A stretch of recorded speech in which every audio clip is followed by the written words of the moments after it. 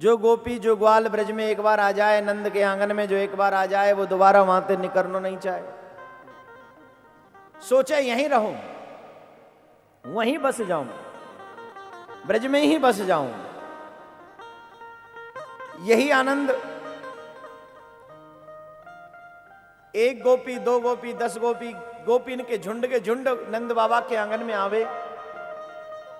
अब कन्हैया को अपनी गोद में लेवे की इच्छा सबकी है। सब गोपी, सब ग्वाल, जो कोई आवे है, सब सोचे कि कन्हैया मेरी गोद में आ जाए।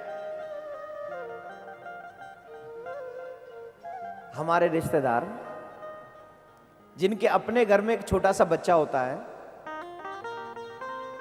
कोई भी बच्चा छोटा सा होता है ना, तो सारे रिश्तेदार उस बच्चे को खिलाते हुए कितने मगन दिखते।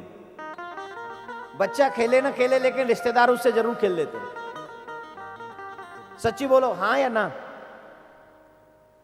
और उसके पूरा चेहरा ना सारे रिश्तेदारों से मिल जाता है। नाक तो नाना पे गई, नाक नाना पे गई है, और आंख तो देखो एकदम बिल्कुल दादी जैसी है। कहां नाना कहां दादी, फिर भी मिलाएंगे। देखो हाथ कैसे छोटे छोटे। हाँ, जब तू बड़ा हुआ तो तेरे बहुत बड़े बड़े थे। देखो हाथ छोटे छोटे एकदम अपने बाबा पे गए।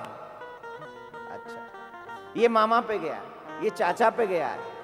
अरे भाई, जिनका है उन पे भी कुछ गया है कि नहीं गया है? माँ बाप पे कुछ गया है कि नहीं? ये ऐसा है, वो वैसे, पूरे पूरे खानदान से, पूरे कुटुंब से मुंह चेहरा मिला लेंगे, ऐसा ऐसा ऐसा। तो जब एक संसारिक बालक जो उत्पन्न हमारे जन्म लेता है, तो हम उसको खिलाने में इतने मगन हो जाते हैं कि हमें याद नहीं रहता कि हम कौन हैं। तो सोचिए, जिनके घर में पर ब्रह्म बालक बन के आया हो, जगत रचयिता, ब्रह्मांड नायक, अनंत कोट पर ब्रह्म परमात्मा,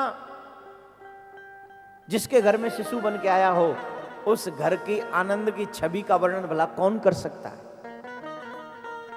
एक बार जिसने श्याम को गोद में लिया, मानो वो देने के लिए मन बनाता ही नहीं।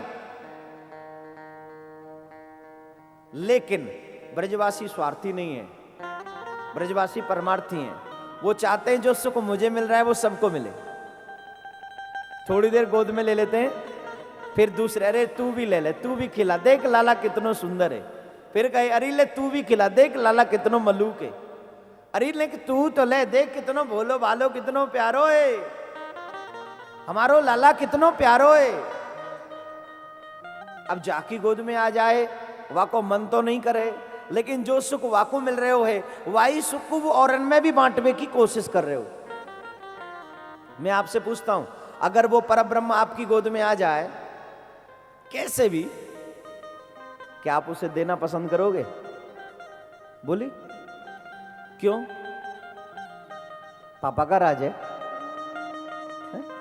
क्यों नहीं देंगे? बोलो ना, इसलिए नहीं देंगे। अरे वो हमारे घर में आके बना, पुत्र आके बना, या हमें वो गोद में खिलाने को मिला, तो हमारे भाग्य है, हमारी किस्मत है। लेकिन जैसी हमारी किस्मत है, हम चाहे वैसी औरों की भी तो बने। लेकिन हम स्वार्थी जीव है, हम नहीं सोचे। राम अवतार में भी यही हुआ और कृष्ण अवतार में भी यही हुआ। जिन पावा राखा नहीं ताहू, सर्वस्व दान दीन सब काहू। सर्वस्व क्या है? क्या लक्ष्मी सर्वस्व है? क्या मकान दुकान सर्वस्व है? हाथी घोड़ा ये सर्वस्व है? सोना चांदी ये सर्वस्व है? सर्वस्व क्या है? सर्वस्व है स्वयं श्री कृष्ण। वही हम सबका सर्वस्व है। अगर श्री कृष्ण आ जाए हमारे जीवन में, तो उसके बाद हमें किसी और चीज की जरूरत नहीं होती, कभी नहीं, नेवर। किसी भी चीज की आवश्यकता नहीं। लेकिन अगर कृष्ण ना आवे, तो हमें और चीजों की जरूरत पड़ती रहती है, समय समय पर आवश्यकताएं पड़ती रहती है, और वो सर्वस्व नहीं हो सकती। ब्रजवासी कन्हैया को गोद में खिलावे, मगन है जावे, आनंद सो मगन है जावे। फिर सोचे चलो याकू दे दे और दे दे और दे दे, ऐसे एक दूसरे को ब्रजवासी कन्हैया को खिलावा रहे, अपनी गोद से दूसरे को। कितने कितने परमार्थी रहे होंगे वो ब्रजवासी है। अरे इसीलिए कहते किसी ब्रजवासी की उंगली पकड़ लो, अगर किसी ब्रजवासी की उंगली पकड़ ली ना तो समझना तुमने कन्हैया की उंगली पकड़ ली। बोलो राधे राधे।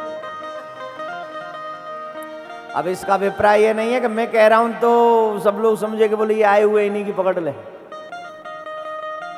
कतई नहीं है। मेरा अभिप्राय ये बिल्कुल भी नहीं है, मैं तो सिर्फ बोलने वाला हूं। हमसे अच्छे अच्छे ब्रजवासी, कन्हैया से बहुत करीब ब्रजवासी, अरे किसी की भी उंगली पकड़ो। ब्रजवासी वल्लभ सदा मेरे जीवन प्राण, कृष्ण कहते हैं ब्रजवासी मेरे प्राण है। और कहते हैं जो ब्रज में जन्म ले लेता है वो नरक में नहीं जाता। आज भी जो ब्रज में जन्म लेता है वो नरक में नहीं। इसीलिए तो सब लोग चाहते ब्रजवासी बने, ब्रजवासी बने। और जो अपनी अंतिम सांस ब्रज में छोड़ देता है, ब्रज में श्री धाम वृंदावन में छोड़ देता है, वो भी नरक में नहीं जाता। अब जन्म तो हमारे हाथ में नहीं है, मरण तो हमारे हाथ में है कि नहीं भाई? जन्म तो हमारे हाथ में नहीं है, जन्म तो कहीं भी हो गया, अब मरण तो कर ले। और मरण कैसे करें? जब लगे कि जीवन का अंतिम समय है तो वो हमें ब्रज में ही निवास करके अपने अंतिम सांसों को जीना चाहिए। और ब्रज में अगर हमारी अंतिम सांस निकल गई तो यमराज में इतनी हिम्मत नहीं कि वो हमें यमलोक में ले जाए। फिर तो हमें परमात्मा के लोक के लिए ही जाना है, इसमें कोई दो राय नहीं।